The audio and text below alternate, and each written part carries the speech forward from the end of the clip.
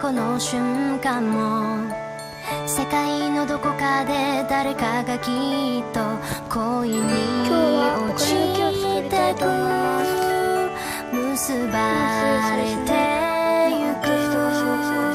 たった一人の運命の人と。かっこよくて爽やかで私よりも背が高くて笑顔が素敵で、キリがない理想、結局は好きになった人がタイプ、そういうもんでしょう。